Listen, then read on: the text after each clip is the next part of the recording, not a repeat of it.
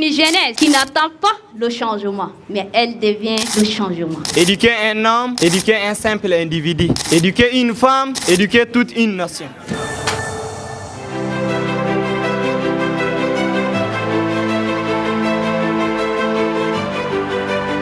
Nous y sommes pour célébrer la lumière du savoir, l'effort de nos lauréats, la mission éducative de toute une équipe déterminée et engagée à changer de vie.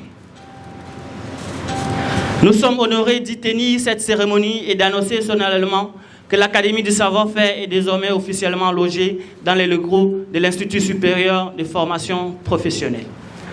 Aujourd'hui, nous ne remettons pas seulement les attestations, nous célébrons la volonté.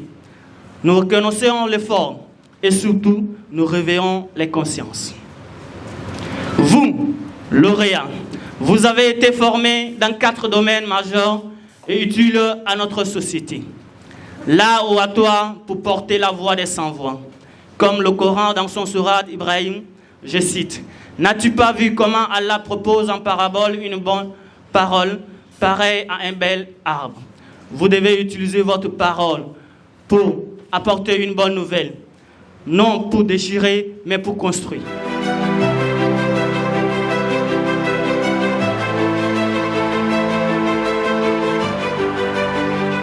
Aujourd'hui, nous partageons bien plus qu'un simple événement académique.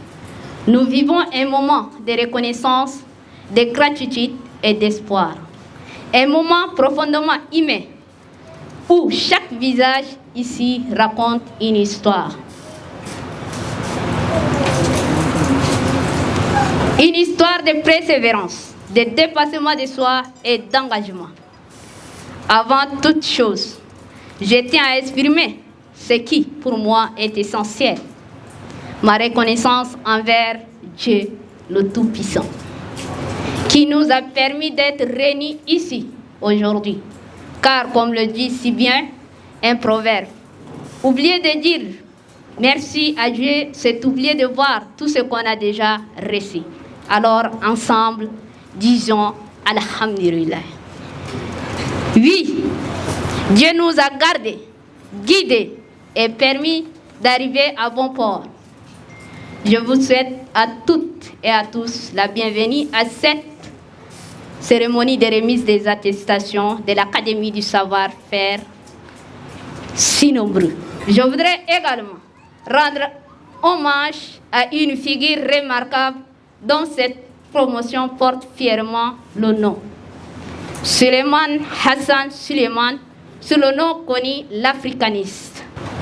Vous avez suivi des formations dans des domaines aussi concrets qu'essentiels.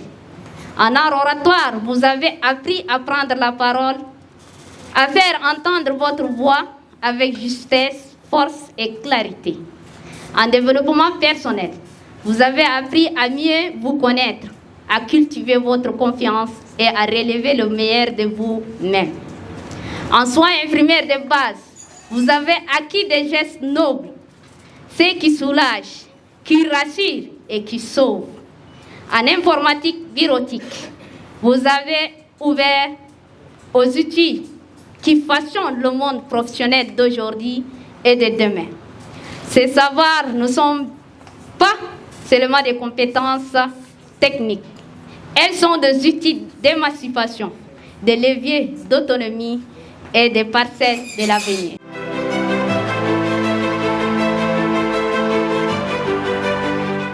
Permettez-moi de vous dire ceci, devant tout le monde. Vous êtes un modèle.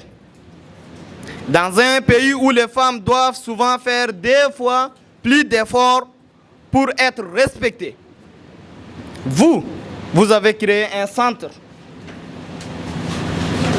qui forme, qui élève, qui transforme des vies. Je cite une célèbre citation de James Eman, disait « Éduquer un homme, éduquer un simple individu. Éduquer une femme, éduquer toute une nation. »